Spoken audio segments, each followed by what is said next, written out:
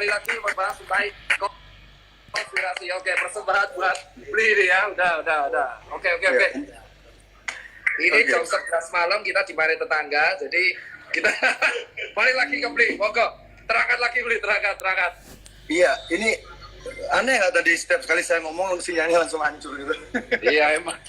Ini kayaknya jangan-jangan ini Instagram membencimu gitu.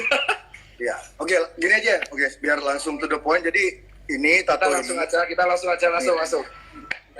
Ya, tato konspirasi ini saya bikin tahun 99 setelah baca bukunya Noam Chomsky. Jadi Noam Chomsky itu adalah seorang seorang ekonom, seorang pengamat politik, pengamat sosial. Tapi bukunya itu berat banget dan intinya di buku itu dia menjelaskan kalau di dunia ini tidak ada yang namanya kebetulan. Jikapun itu ada kebetulan, itu adalah jikapun ada sesuatu yang terjadi seolah-olah itu kebetulan, itu adalah dibuat seperti kebetulan. Okay. Jadi dari dulu saya percaya jika ketika balik ke persoalan yang simpel tadi, di lingkar pertemanan kita yang paling kecil, pun itu pasti ada konspirasi. Ya. Oke. Jadi nggak mungkin banget di skala global yang melibatkan profit banyak banget, ini nggak mungkin nggak ada konspirasi. Itu pijakan logika saya. Nah, ketika saya melihat COVID ini, awalnya saya sempat percaya. Jadi awalnya saya sempat percaya berapa hari gitu jika ini virus ini memang dari Cina, dari binatang segala macam. Karena ini kan diberitakannya seperti itu. Tapi ketika saya coba cari informasi dari sumber-sumber lain di luar mainstream media, saya banyak menemukan fakta-fakta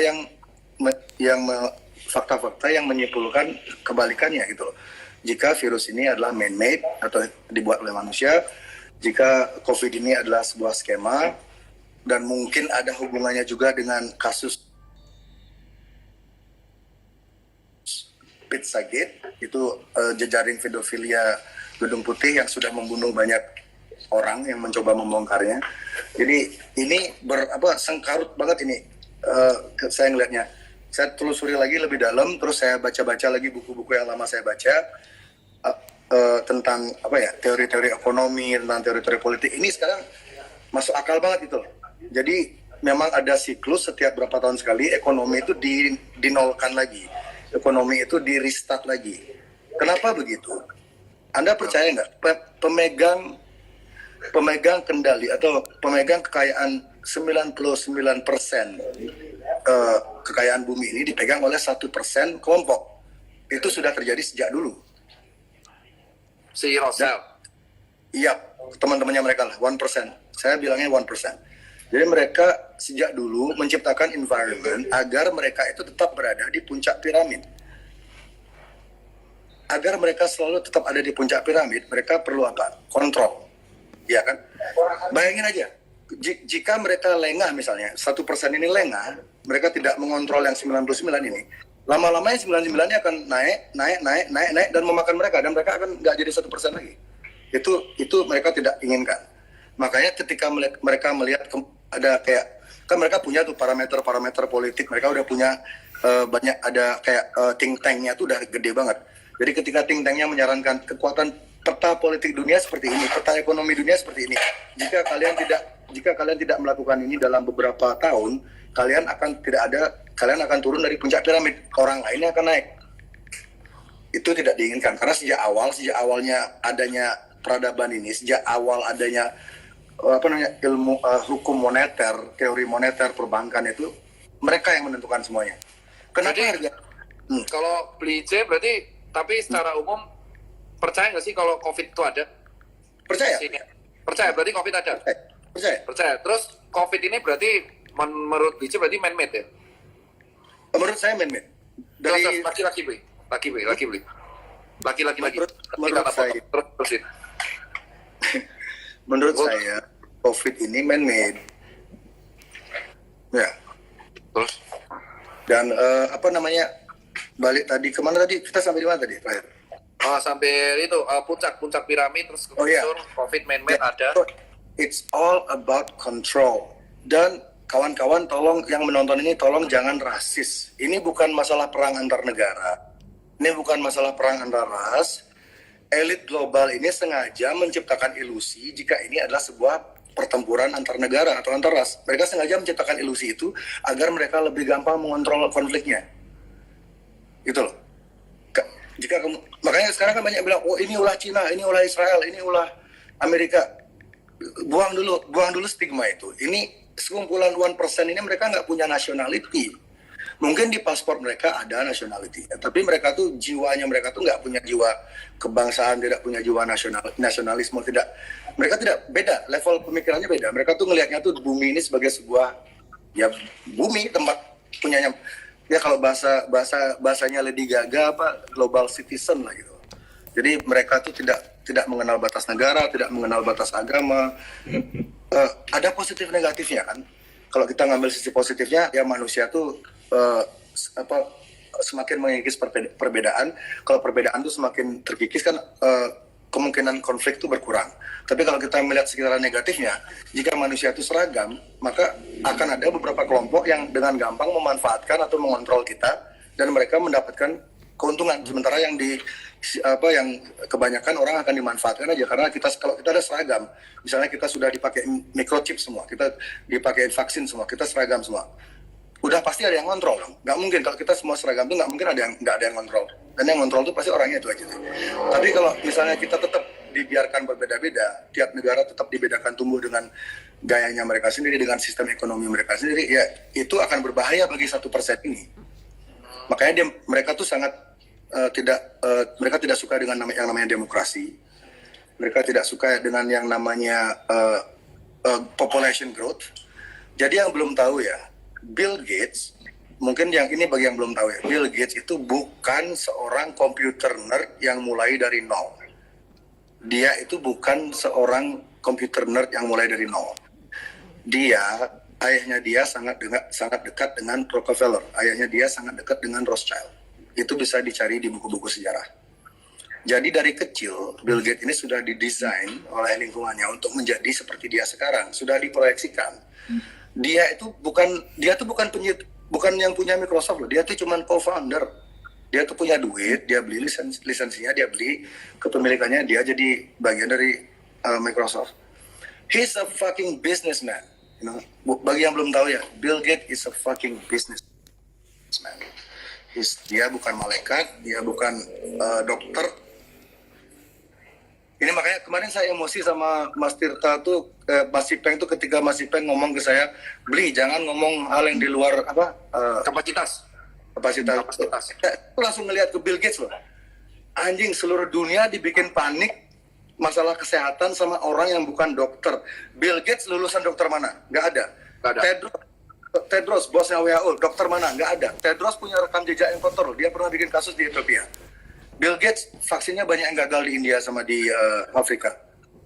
Kenapa kita dikontrol sama dua orang yang bukan dokter dan semua dokter dengerin dia? Kita udah gila apa gimana? Dokter yang sebenarnya tuh nurut sama orang yang punya duit, yang kebetulan bisa membiayai riset. Jika Anda, saya tanya pertanyaan psikologi ya ke orang-orang ya. Jika Anda percaya nggak kalau orang psikopat itu ada, percaya nggak? Pak Mas Ipen. Gimana? Psikopat itu ada nggak dalam kehidupan? Orang psikopat. Orang psikopat. Ya. Kalau di dalam tanah orang, maksudnya di kelainan jiwa sih mayor mental ada, gangguan mayor mental. Oke. Orang serial killer termasuk psikopat atau Dia jujur, kalau orang serial killer jujur aja kalau dia mati dia memiliki hampir semua sih ada kelainan mayor mental mereka, kelainan mayor mental. Gitu. Ada yang juga disebut schizophrenia, ada yang bilang bipolar, ada yang bilang maniak gitu. Iya, betul. Psikotik. Jadi orang-orang dengan masalah kejiwaan kayak gitu ada di sekitar kita dong berarti. Ya, emang Pak. Ya. Bayangkan sekarang, serial killer aja ada. Orang pemakan kanibal aja ada. Kenapa milioner atau triliuner yang punya duit banyak banget, dari mana kita tahu mereka tuh nggak punya sifat-sifat kayak gitu? Itu. Apa jaminannya orang-orang itu memang benar-benar lurus sementara rekam jejaknya sudah banyak menunjukkan keganjilan? Kalau kamu mau, dan yang membuat nama mereka selalu bersih adalah balik lagi ke musuh bersama kita tadi, mainstream media. Mainstream media selalu melindungi image orang-orang ini. Kalau kamu ketik di search engine ya, di Google dimanapun, kamu coba cari dirt-nya, you try to dig cari kasus-kasus lama mereka tuh, susahnya minta ampun Mas, susah banget. Karena sudah ditutup oleh ribuan berita bagus tentang mereka. Contoh. Ini kita balik ke konteks ini ya, konteks ke kasus COVID ini ya. Hidrokloroquine itu contoh. Ketika beberapa dokter ini awal April, beberapa dokter di Eropa, Amerika, India menemukan mereka berhasil menyembuhkan pasien COVID dengan hidrokloroquine dicampur dengan zinc. Zinc itu apa Mas? Vitamin C ya? Zinc itu jenis vitamin multivitamin sih, bukan ya suplemen lah. Zinc Zn itu kayak ion sih, Zn. Ya, jadi bukan cuma satu dokter, banyak dokter yang berhasil menyembuhkan pasien dengan itu. Harga hidrokloroquine itu 60 sen. 10 sen. Harga hidrokloroquine itu per butirnya 10 sen, itu 1.600 rupiah. Yang megang paten obat itu bukan dari lingkaran 1%, bukan dari teman-temannya Gates, bukan dari Rockefeller, bukan dari Rothschild, bukan dari Soros, orang lain. Ini menurut saya hidrokloroquine ini di luar perkiraan mereka. Mereka mikirnya tuh nggak akan ada yang bisa nemuin, ternyata ini ada. Dan hidrokloroquine kan dicoba dipopulerkan oleh Donald Trump juga, Pak Jokowi juga, beberapa presiden negara mencoba memberi solusi ke masyarakat. Coba ini obatnya, ini ada yang sembuh, monggo dicoba. Apa yang terjadi?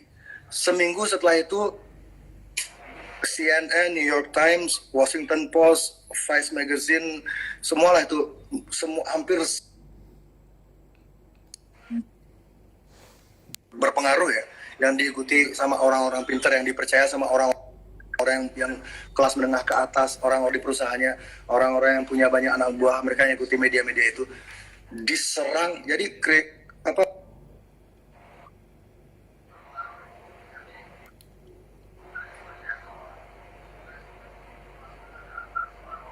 Buset, bentar, gak ada suaranya lagi ketika dia bahas CNN. Ada suaranya nggak? Ini aku bandingin bentar. Ada suaranya nggak? Nggak ada. Gila, tiap ini kebetulan apa cocok logi ya? Tiap kali beli, suaraku doang kan yang ada. Tiap kali beli jerek ngomong media mainstream pasti hilang. Bentar, hilang. Aduh. Wah gila sih, itu antara kebetulan. Ini lagi dengerin ya, kalau aku tipenya pendengar ya, jadi dengerin dulu apa yang diceritain baru aku bisa bertanya dan membantah. Tapi tiap kali beli jerek itu ngomong soal mainstream media tadi saksi ya, semua yang lihat ya. Pas ngomong itu ya media tadi langsung hilang coy. Hilang suaranya. Gila, coba. Sumpah cok. Gokil.